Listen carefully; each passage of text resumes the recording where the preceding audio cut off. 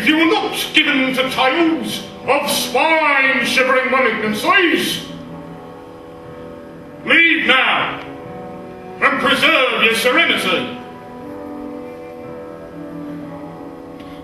But if you enjoy a little spice in your entertainment, the tale that follows contains scenes of betrayal, adultery, nudity, poverty, gambling, corruption, political scandal, psychological torture, an epic battle of sexual wits, and at least 6 varieties of drug abuse.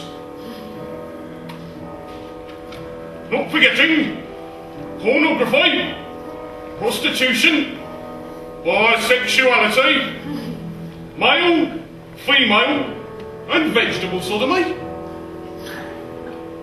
fellatio, castration, and group sex. Ah! It comes sudden when it comes, and there can be no preparing for it. I watched him lay my hand on the ground and hack his way through the bone and the tendon and the meat. Such things I've done to him with that hand, and never a moment's hesitation. I have to admit, it was not the end I'd in mind for myself. Oh yes, and bigamy, bestiality, incest, decapitation, disembowelment, necrophilia, cannibalism, and murder. And to relate this lurid tale, we have to travel back to the year 1890. London. It is now late December.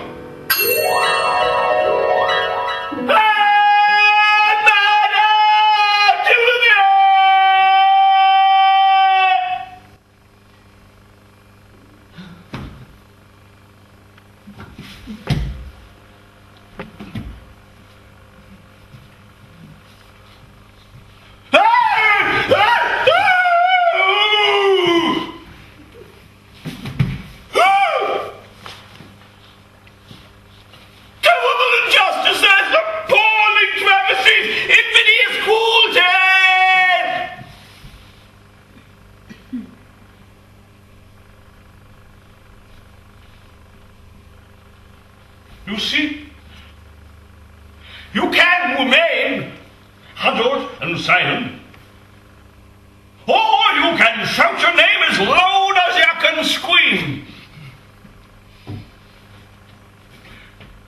It will make not a jot of difference, but it is good to shout. You see, we lack everything functional to sanity. There is no demarcation here. No day, no night, no season's turn, no light, no heat, no meat to feed us. Oh, there's a fever in me. I think, or maybe none of this even exists. Construction all a fraction blank. I may have had no life at all. Been a beggar all my life. Perhaps I sleep on the Charing Cross Road, steeped in my own shit, and merely being this perfidious confinement. And it may be because the mind is such a creative thing. What? Man that lacks conviction is already defeated.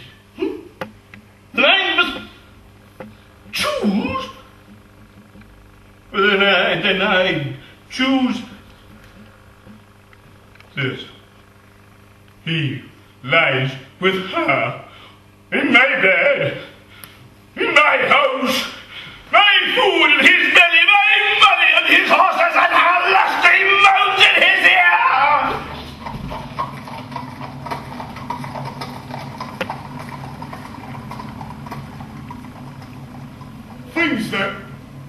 colour up the drag and make the grey seem almost bearable.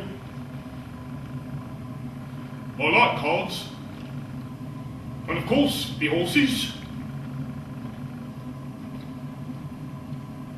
A day without a bottle or two of wine is a Lenten day.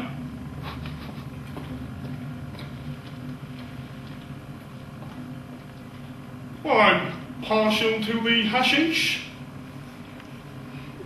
I find it makes a foul mood tolerable. I'm more than fond of the occasional lungful or two of the Chinese opium. A handkerchief, doused in ether, can lend a certain tilt to events that I find